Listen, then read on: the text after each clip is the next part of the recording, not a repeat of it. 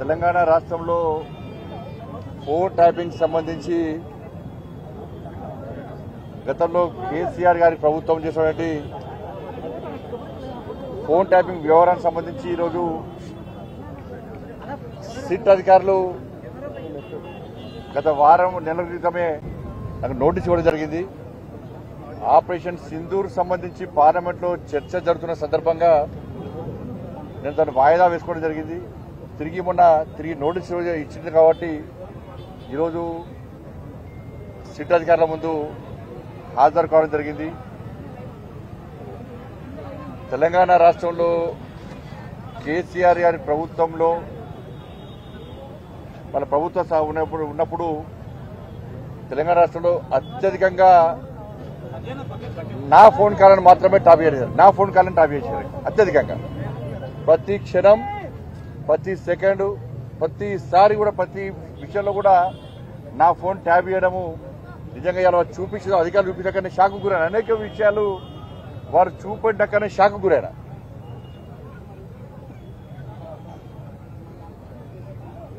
ఎంత నీచులు వీళ్ళంటే కేసీఆర్ కుటుంబము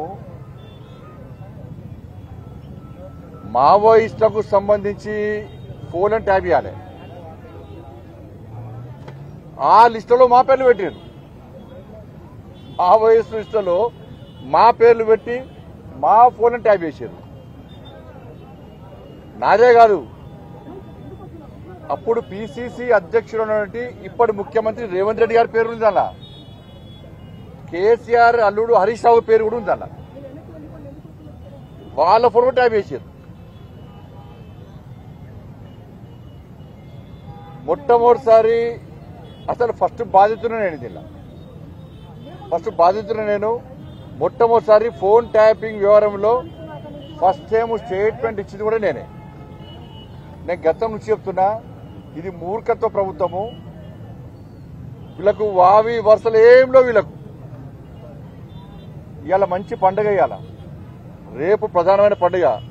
బంధాలు అనుబంధాలకు సంబంధించినటువంటి వాళ్ళ పండుగలు. ఇవాళ అమ్మవారి పండుగ అంటే వరలక్ష్మి శుక్రవారము, రేపు రాఖీ పండుగ. ఇవాళ ఇన్ని పండుగలైనా కూడా ఇవాళ వేలాది మంది ఇవాళ భారతీయ జనతా పార్టీ కార్యకర్తలు పండుగలు వదిలిపెట్టి తరలి వచ్చారు ఇవాళ. కానీ అప్పుడు కేసీఆర్ ప్రభుత్వంలో వావి వరుస లేవు. వాళ్ళకు తల్లి లేదు, నా తండ్రి లేడు, నా అక్క లేదు, నా చెల్లి లేదు. వాళ్ళకు నా కుటుంబ సభ్యుల ఫోన్ ట్యాప్ చేసారు. నా ఫోను, నా కుటుంబ సభ్యులది, మా సిబ్బందిది, లాస్ట్కు మా ఇంట్లో పనిచేసే వర్కర్లు కూడా. మాది పక్క పెట్టు, సొంత కేసీఆర్ బిడ్డ కూడా ఫోన్ ట్యాప్ చేశారు.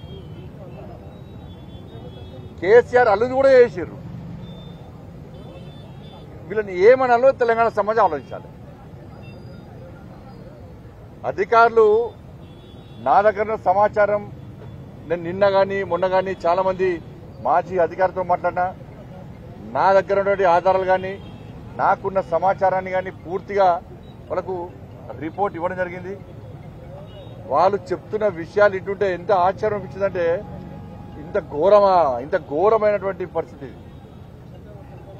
వాళ్ళు చెప్పే విషయాలు ఇటుంటే. నేను ఎప్పుడు ఆందోళన చేసినప్పుడు కూడా, రాష్ట్ర అధ్యక్షుడు ఉన్నప్పుడు పాదయాత్ర చేసినప్పుడు కానీ ఏదైనా ప్రొటెస్ట్ ప్రోగ్రామ్ పోతున్నామంటే ముందే పోలీసులు వస్తారు.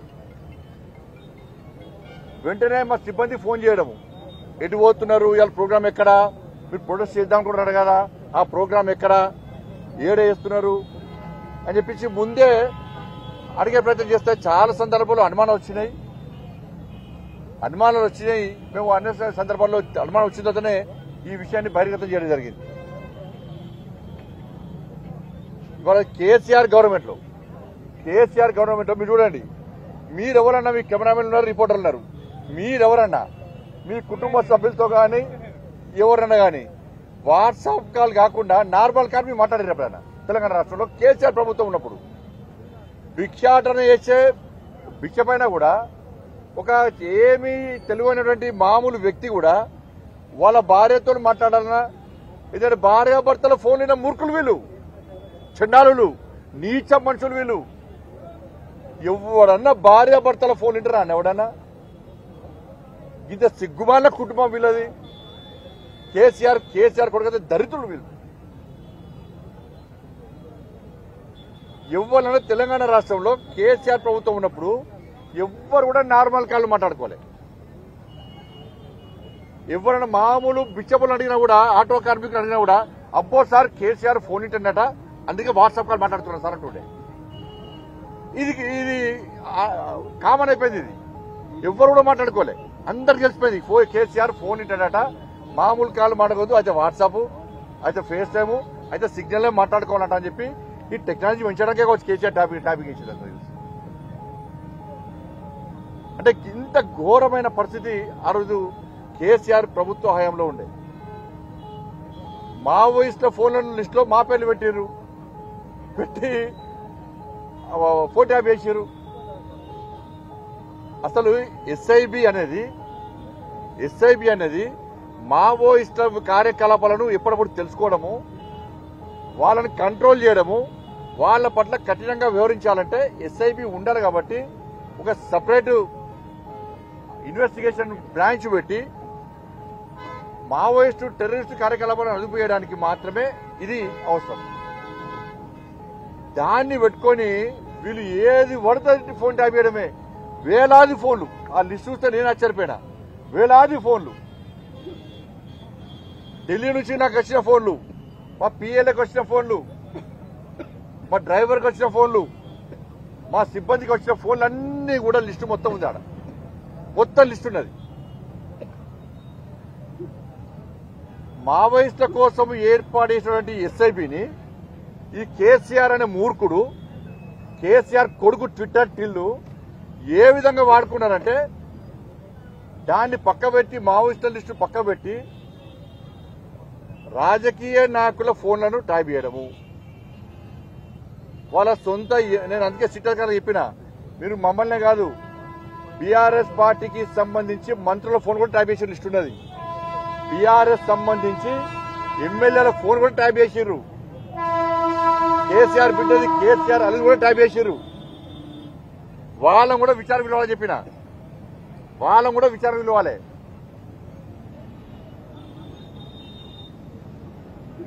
కాబట్టి ఇవన్నీ ఎస్ఐబి అనేది దీనికోసం ప్రారంభించబడింది. వాళ్ళ ఆ ఎస్ఐబిని ఈ కేసీఆర్ అనే మూర్ఖుడు, కేసీఆర్ కొడుకు వాళ్ళ సొంత లావాదేవీల కోసము, సొంత అవసరాల కోసము దాన్ని ఒక అడ్డగా మార్చింది. ఎస్ఐబిని ఒక అడ్డగా మార్చి రాజకీయ నాయకుల, మాలాంటి రాజకీయ నాయకుల ఫోన్లు ట్యాప్ చేయడము, వ్యాపారస్తుల ఫోన్ ట్యాప్ చేయడము, అడ్వకేట్ల ఫోన్ ట్యాప్ చేయడము, సినిమా వాళ్ళ ఫోన్లు ట్యాప్ చేయడము. ఇంతకంటే ఘోరమైన ఇంకోటి, ఉస్మానియా యూనివర్సిటీకి సంబంధించి ప్రొఫెసర్ల ఫోన్ కూడా ట్యాప్ చేశారు. ప్రొఫెసర్లది వాళ్ళు కూడా స్టేట్మెంట్ కాడేసారు. వాళ్ళ స్టేట్మెంట్ కాడేసారు. నేను గ్రూప్ 1 ఎగ్జామ్ సంబంధించి పేపర్ లీకేజ్ సంబంధించిన ఫైల్ చేస్తుంటే ఆ రోజు అరెస్ట్ చేశాను. నేను ముందుగానే పోలీసులు మా ఇంటికి వచ్చి నువ్వు పోతున్నావు అని చెప్పని, నీకెట్లా చేస్తుంటే సంబంధం లేదు. ఇక ఇంతకంటే ఘోరం ఇంకో అసలు విషయం ఏంటంటే, ఇంకా ఆశ్చర్యకరమైన విషయం ఏంటంటే, టీఎస్పీఎస్సీ పేపర్ లీకేజ్ కేసును విచారిస్తున్న జడ్జి ఫోన్ కూడా ట్యాప్ చేశారు. హైకోర్టు జడ్జి ఫోన్ కూడా ట్యాప్ చేశారు. టీఎస్పీఎస్సీ పేపర్ లీకేజ్ విషయంలో విచారణ చేస్తున్న హైకోర్టు జడ్జి గారి ఫోన్ కూడా వీళ్ళు ట్యాప్ చేశారు. ఇప్పుడున్న ముఖ్యమంత్రి గారు కూడా ట్యాప్ చేశారు అప్పటికి. ఇది దీంతో పాటు అనేక లావాదేవీలకు సంబంధించి వీళ్ళు లబ్ధి పొందిన జిల్లా. అసలు ఈ ప్రభాకర్ రావు అంటోడు, ఈ రాధాకిషోర్ పెద్ద లఫంగాలు వీళ్ళిద్దరు, ఫాల్తుగాలు వీళ్ళిద్దరు. నేను ఈ భాష మాట్లాడుతూ నాకే సిగ్గు అనిపిస్తున్నది. వాళ్ళు చేసిన భాగవతం లోపల వాళ్ళు చెప్తుంటే, వీళ్ళను సమాజం క్షమించదు. వీళ్ళకు ఉరిశిక్ష చేస్తే ఒక్కసారి చచ్చిపోతారు. ఉరిశిక్ష ఏది వీళ్ళకు. వీడు క్షణం ఆ రోజు నేను గాని, మా పార్టీ కార్యకర్తలు గాని, మా నాయకులు గాని, ఇతర పార్టీ నాయకులను ఎంత క్షోభకు గురి చేసారో ఈ ఫాల్తుగాళ్ళు ఇద్దరు, ఎంత క్షోభకు గురి చేసారో వాళ్ళు చెప్తుంటే విషయాలు చెప్తుంటే నిజంగానే షాక్ గురైనా ఆశ్చర్యం అనిపించింది. ఇంత నీచులా వీళ్ళు, ఇంత ఫాల్తుగా వీళ్ళు, వీళ్ళని వేసింది రేవంత్ రెడ్డి ప్రభుత్వం రేవంత్ రెడ్డి ప్రభుత్వం రాగానే కథం ఒకడు అమెరికా వీకిండు, ఇంకో నరేష్ చేయడానికి గిన్ని సంవత్సరాలు పట్టింది. కాపాడే ప్రయత్నం రేవంత్ రెడ్డి ప్రభుత్వం చేస్తున్నది. ఇవాళ ఈ ఎస్ఐబి ఏం చేసిందంటే, నేను మళ్ళీ చెప్తున్నా, కేవలం ఈ ఫోన్ ట్యాపింగ్ రాజకీయ నాయకుల యొక్క వ్యవహారాలు తెచ్చుకోవడం, వాళ్ళని అడ్డుకునే ప్రయత్నం చేయడం, అనుగొదొక్క ప్రయత్నం చేయడంతో పాటు చాలా మంది వ్యాపారస్తుల ఫోన్ కూడా ట్యాప్ చేసారు వీళ్ళు. వాళ్ళ లావాదేవీలు, వాళ్ళ బిజినెస్ ట్రాన్సాక్షన్స్ కానీ, వాళ్ళ బిజినెస్ సంబంధించి అన్ని రహస్యాలు తెచ్చుకొని ఫోన్ చేసి, కేసీఆర్ కొడుకు ఫోన్ చేసి వాళ్ళని బ్లాక్ మెయిల్ చేసి వేల కోట్ల రూపాయలు దొబ్బిపోయినంటే గిదే ఫోన్ ట్యాప్ ఇవ్వరని. ఇలా నేను అడుగుతున్నా, ఇలా రేవంత్ రెడ్డి గారి ప్రభుత్వాన్ని, కాంగ్రెస్ ఎగ్జాంపుల్ చెప్తాను, కాంగ్రెస్ పార్టీకి సంబంధించి ఖమ్మం ఎంపీ అభ్యర్థి దగ్గర 7 కోట్ల రూపాయలు పట్టుకున్నారు వీళ్ళు పోలీసు వాళ్ళు బీఆర్ఎస్ గవర్నమెంట్ లో. ఏమైనా పైసలు, ఏమైనా 7 కోట్ల రూపాయలు. ఇట్లా చాలా మంది కాంగ్రెస్ పార్టీ నాయకుల దగ్గర 100 కోట్ల రూపాయలు ఇవాళ మీరు సీజ్ చేసి పట్టుకున్నారు. ఏమైనా పైసలని, ఏ అకౌంట్లో పైసలని, ఏరికొని ఎవరి చేతి పుట్టినాయి? అయితే కేసీఆర్ దగ్గర, కేసీఆర్ కొడుకు దగ్గరకు పోయినాయి. ఎవరు ఇచ్చి ఇదే ప్రభాకర్ రావు, రాధాకిషన్ రావు పైసలు ఇచ్చారు. ఇవాళ 20 కోట్లు దొరికితే టీవీలో బ్రేకింగ్ వస్తుంది, 20 కోట్లు దొరికినాయి అని లీకేజ్ వీలేస్తారు. నెక్స్ట్ కేసీఆర్ కొడుకు ఫోన్ చేసిన వెంటనే ఆ 20 కోట్లు 2 కోట్లు అవుతాయి. ఆ 20 కోట్లు 2 కోట్లు అయితే 18 కోట్లు దొబ్బిపోతారు. ఈ 2 కోట్లు రికార్డులో రికవరీ పెడతారు. ఇన్ని వేల కోట్ల రూపాయలు ఇవాళ అక్రమాలు జరిగినప్పుడు దీని మీద రేవంత్ రెడ్డి గారి సర్కారు చర్యలు తీసుకునే అవకాశం ఉందా? తీసుకోదు. మరి ఈడీకి లేఖ రాస్తలేరు. ఈడీకి లెటర్ రాస్తే ఇవన్నీ దీని విచారణ జరుపుతారు కదా. ఫైనాన్స్ ట్రాన్సాక్షన్ జరిగింది కదా, వేల కోట్ల రూపాయలు ఇవాళ చేతులు మారినాయి కదా అక్రమంగా. ఇవాళ నేను అడుగుతున్న సిట్ అధికారులు చాలా మంచి ఆఫీసర్లు. ఈ ఇద్దరి అధికారుల మీద మాకు ఏం వ్యతిరేకత లేదు. ఇద్దరు చాలా నిజాయితీ గల ఆఫీసర్లు, మంచి పేరుంది. కానీ మాకు ఉన్న అనుమానం వల్ల ఈ రేవంత్ రెడ్డి గారి సర్కార్ మీద మాత్రమే అనుమానం. సంవత్సరమే 1000 ఫోన్లు ట్యాప్ చేసినట్టు ఆధారాలు దొరికినాయి. మీకు ఎన్ని సంవత్సరాలు నడుపుతారు దీన్ని? ఇంకా ఎన్ని సంవత్సరాలు నడుపుతారు దీన్ని? కమిషన్లు ఇస్తారా, టైం పాస్ చేస్తారా? కమిషన్లు రిపోర్ట్ ఇచ్చాక ఎవరు చర్య తీసుకోలేదా? ఇన్ని సంవత్సరాలకి, సంవత్సరం దాటింది, ఏ ఒక్క రాజకీయ నాయకుల మీద అరెస్ట్ చేసిరా మీరు? కేసీఆర్ గారిని, కేసీఆర్ కుటుంబం మీద చర్యలు తీసుకుని అరెస్ట్ చేసిరా ఎవరైనా? ఎందుకంటే ఇద్దరు ఒకటే. నేను ఈ అధికారులు అడుగుతున్నా, ఇవాళ ప్రభుత్వం అడుగుతున్నా, ముఖ్యమంత్రి గారు ఫోన్ ట్యాప్ చేశారు కదా, ముఖ్యమంత్రి గారిని పిలిచి విచారణ చేసే దమ్ము వీళ్ళకుందా, అధికారం వీళ్ళకుందా? సాక్షాత్తు జడ్జిల ఫోన్ ట్యాప్ చేశారు కదా, జడ్జిలను పిలిచి విచారణ చేసే అధికారం వీళ్ళకుందా?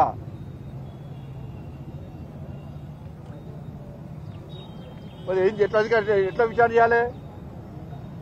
అందుకే సిబిఐకి ఇవ్వాలని మేము అంటుంటాం. మీరు సిబిఐకి ఇవ్వకుంటే ఇదంతా తూతు మంత్రము.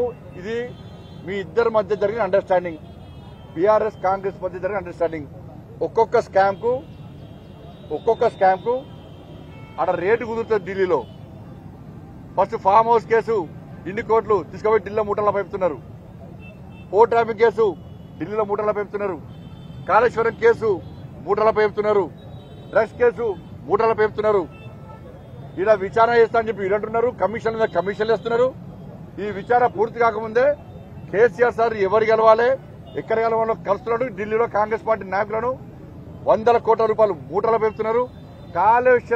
కాళేశ్వరం కేసీఆర్ కుటుంబానికి ఏ విధంగా ఏటీఎంగా మారిందో, ఈ కేసీఆర్ కుటుంబం చేసిన అవినీతి, కాంగ్రెస్ పార్టీ ప్రభుత్వం వేస్తున్న కమిషన్లు అన్ని కూడా ఇలా కాంగ్రెస్ పార్టీకి, ఢిల్లీ నాయకత్వానికి ఒక ఏటీఎం లెక్క మారినాయి.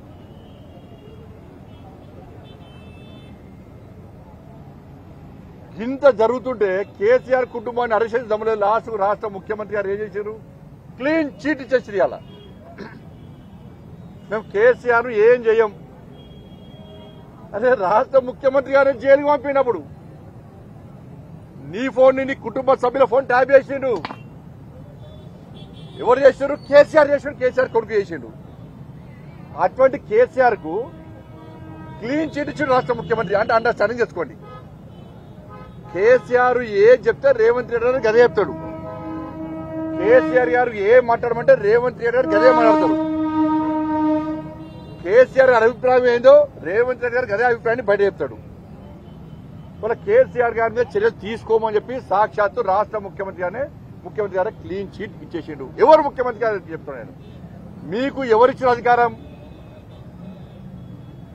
అరెస్ట్ చేయని చెప్పడానికి? రాష్ట్ర ముఖ్యమంత్రి ఎవరు చెప్తే పోలీసులు చెప్పి కోర్టు చెప్పాలి. అరెస్ట్ చేయాలా వద్దా అనేది ముఖ్యమంత్రి అధికారం ఉందా?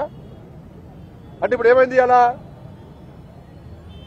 అధికారులు మీరు వేసినటువంటి కమిషన్ సంబంధించి ఈ సిట్ కమిషన్ కానీ ఇతర కమిషన్ అధికారులకు ఇండైరెక్ట్ రాష్ట్ర ముఖ్యమంత్రి గారు క్లీన్ చిట్ చేసి మీరు ఏం చేయకండి, మేము టైం పాస్ చేస్తున్నాం, మేము ఎవరిని అరెస్ట్ చేయము అని డైరెక్ట్ గా రాష్ట్ర ముఖ్యమంత్రి గారు క్లీన్ చిట్ కేసీఆర్ కుటుంబానికి చేసేది. ఇక మరి ఎందుకు ఈ కమిషన్లు ఎందుకు, ఈ విచారణలు ఎందుకు, ఈ టైం పాస్ పాలిటిక్స్ ఎందుకు? తెలంగాణ సమాజం పిచ్చోళ్ళు అయింది. మేము తెలంగాణ సమాజం ఇన్ని రోజులు కాంగ్రెస్ పార్టీ చేసిందంటే వట్టిదని మొదటి నుంచి చెప్తున్నాం. మేము ఇద్దరి లోపాయకారి ఒప్పందం ఉందని ఇద్దరు చెప్తూనే ఉన్నాం. ముఖ్యమంత్రి గారి మాటల్లో బయటపడ్డది. సంవత్సరమే ఒక్క కేసీఆర్ కుటుంబం ఎవరిని అరెస్ట్ చేసినారు? ఎవరైనా ఒక్క రాజకీయాన్ని ఒక అరెస్ట్ చేసిరా? కాబట్టి అందుకే మేము మళ్ళా డిమాండ్ చేస్తున్నాం, మీతో కాదు. ఆల్రెడీ మా రాష్ట్ర అధ్యక్షుడు రామచంద్ర గారు గత అంతకుముందే ఈ కేసును సిబిఐకి ఇవ్వాలని చెప్పి హైకోర్టులో పిటిషన్ వేయడం జరిగింది. మా మొదటి నుంచి కూడా కోరుతున్నాం. మేము ఈ ప్రభుత్వం మీద నమ్మకం లేదు, ఈ సిట్కు జడ్జిలను పిలిచే అధికారం లేదు, రాష్ట్ర ముఖ్యమంత్రి గారిని ఇతను పిలిచే అధికారం లేదు. ఇవాళ వేల కోట్ల రూపాయలు లావాదేవీలు స్కామ్ జరిగింది ఫోన్ ట్యాపింగ్ ద్వారా. వాటి మీద విచారణ చేసే అధికారం లేదు. కాబట్టి దీన్ని సిబిఐకి ఇవ్వాలని చెప్పి మేము న్యాయమైన డిమాండ్ చేస్తున్నాం. సిబిఐకి ఇవ్వడంలో మీకున్న అభ్యంతరమే ఏంది?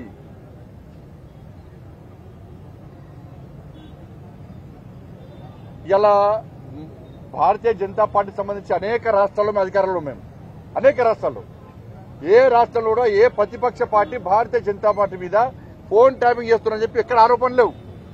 ఒక్క తెలంగాణ రాష్ట్రంలో మాత్రమే ఉన్నాయి. ఇది ఎందుకు చెప్తున్నారంటే కాంగ్రెస్ వాళ్ళు మీ రాష్ట్రంలో లేదా అంటే ఏ రాష్ట్రం జరిగింది? బీజేపీ పాలిత రాష్ట్రం. ఒక రాష్ట్రం పేరు దట్ ఈస్ బీజేపీ.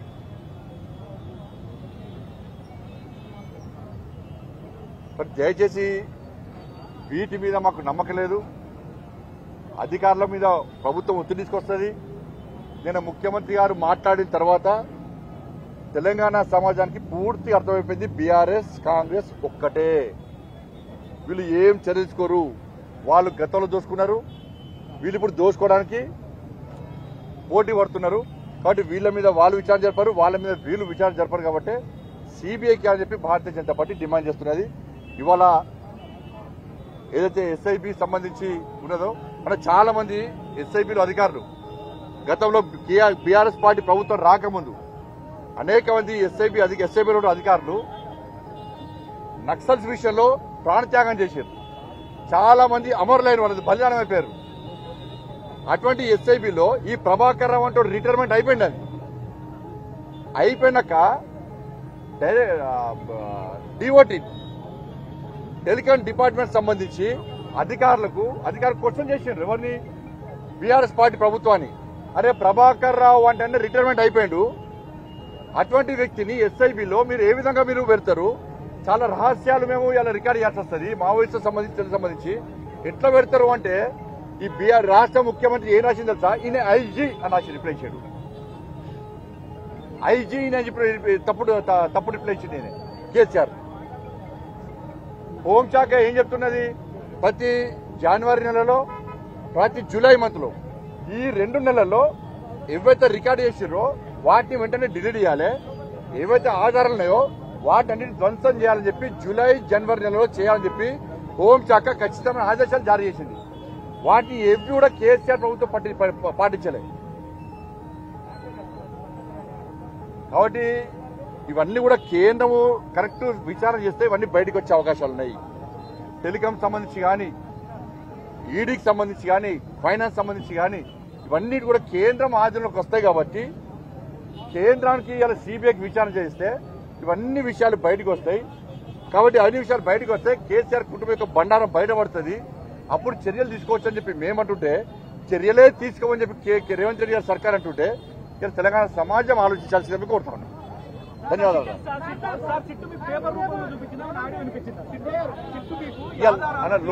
లోపల జరిగిన విషయాలు బయట చెప్పదు. సిట్టికి సంబంధించి నా దగ్గర ఆధారాలు కానీ, నా దగ్గర సమాచారం పూర్తి కూడా నేను సమర్పించిన దాని మీద కూడా విచారణ జరపాలని కూడా కోరాను. నేను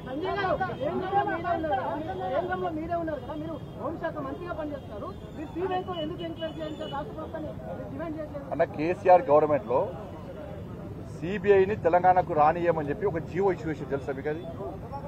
కాబట్టి డైరెక్ట్ గా సిబిఐ తెలంగాణకు వచ్చే అవకాశం లేదు. అది రాష్ట్ర కేబినెట్, రాష్ట్ర ముఖ్యమంత్రి గారు కోరాలి సిబిఐ విచారణ జరపాలని చెప్పి. లేకుంటే కోర్టు అనుమతి ఇవ్వాలి.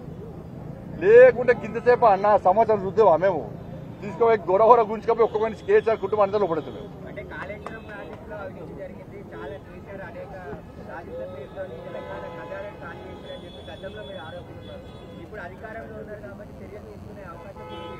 ఏం చర్యలు తీసుకున్నాం? మేము ఆల్రెడీ విజిలెన్స్ పొడిస్తాం దాని మీద. రాష్ట్ర ప్రభుత్వం చర్యలు తీసుకోవాలి. ఏం చేస్తుంది రాష్ట్ర ప్రభుత్వము? మళ్ళీ అసెంబ్లీ పెడతారు. అసెంబ్లీ ఎందుకు పెట్టాలి? క్యాబినెట్ లో చర్చించారు, అసెంబ్లీ ఎందుకు పెట్టాలి? మళ్ళీ విలువలు అనుకుంటారు, తనుకొని చేస్తారు, మళ్ళీ సినిమా చూపెడతారు, మళ్ళీ సంవత్సరం టైంపాస్. మళ్ళీ ఢిల్లీ పోతాడు, మళ్ళీ 3 రోజులు వెళ్తారు, వచ్చేస్తారు. అన్న ఇప్పుడు గిన్ని ఆరోపణలు రాష్ట్ర ముఖ్యమంత్రి గారు ఇప్పుడు రేవంత్ రెడ్డి గారు ఆయన అధికారం లేనప్పుడు ఏమన్నాడు? మేము అధికారంలోకి వచ్చిన వెంటనే ట్రస్ట్ కేసు బయటకు తీస్తాం, ఫామ్ హౌస్ కేసు బయటకు తీస్తాం, ఫోన్ టాపిక్ కేసు బయటకు తీస్తాం, కాళేశ్వరం కేసు బయటకు తీస్తాం, ఫార్ములా ఈ కేసు బయటకు తీస్తాం. ఇవన్నీ చెప్పే ఏమే సంవత్సరం ఒక్క కేసీఆర్ కుటుంబాన్ని ఒక్కరు అరెస్ట్ చేసినావా? పోనీ తెలంగాణ సమాజం మొత్తము అరెస్ట్ చేస్తారవచ్చు అని కళ్ళకు ఉత్తరుతున్నారు. లాస్ట్కు ముఖ్యమంత్రి క్లీన్ చిట్ చేసింది. ఎక్కడి అరెస్ట్లుగా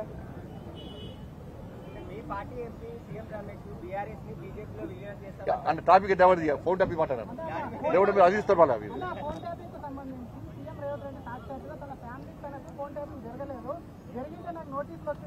నేను ఇల్లేను. నేను ఎక్కడ చూడలే ముఖ్యమంత్రి గారు ఫోన్ ట్యాపింగ్ జరగలేదు, నాకు జరగలేదు అన్న విషయం నాకు ఇప్పుడు చూడలేను. ముఖ్యమంత్రి గారు ఫోన్ ట్యాపింగ్ జరిగి చాలా సందర్భంలో చెప్పిండు. అధికారులు కూడా రికార్డు ఉన్నది. ముఖ్యమంత్రి గారికి పక్క నోటీసులు ఇవ్వాలి వీళ్ళు. నేను మళ్ళీ చెప్తున్నా, ముఖ్యమంత్రి గారికి కూడా నోటీసులు ఇవ్వాలి. ముఖ్యమంత్రి గారు కూడా వచ్చి సమాధానం చెప్పాలి, 100% చెప్పాలి ముఖ్యమంత్రి గారు.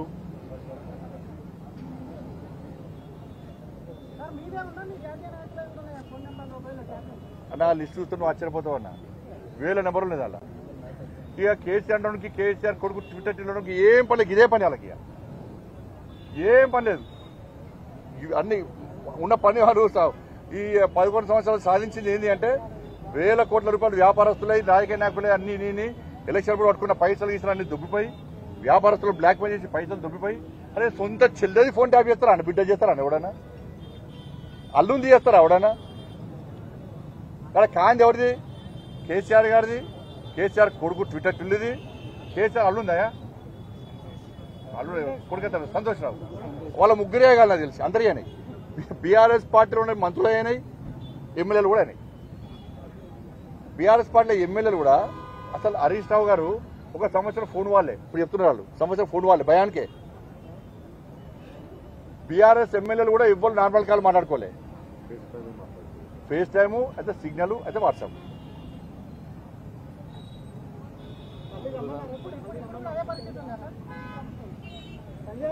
ఇప్పుడు నాకే తెలుస్తుంది, మీకే తెలుస్తుంది ఎక్కువ. మళ్ళీ రమ్మంటే మళ్ళీ వస్తా. నేను విచారణకు నేను కేంద్ర మంత్రిగా రాలేదు, ఒక సాధారణ పౌరునిగా నా బాధ్యత ఉంది. కాబట్టి ముఖ్యంగా నేను సఫర్ అయినా, మా పార్టీ కార్యకర్తలు సఫర్ అయ్యారు, మా నాయకుడు సఫర్ అయ్యారు.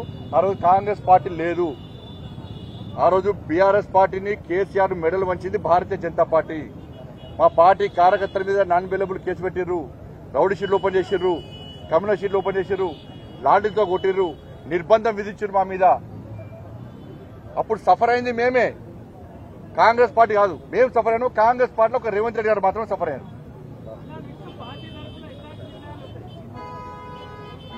మేము ఇలా డిమాండ్ చేయడానికి వచ్చినాం.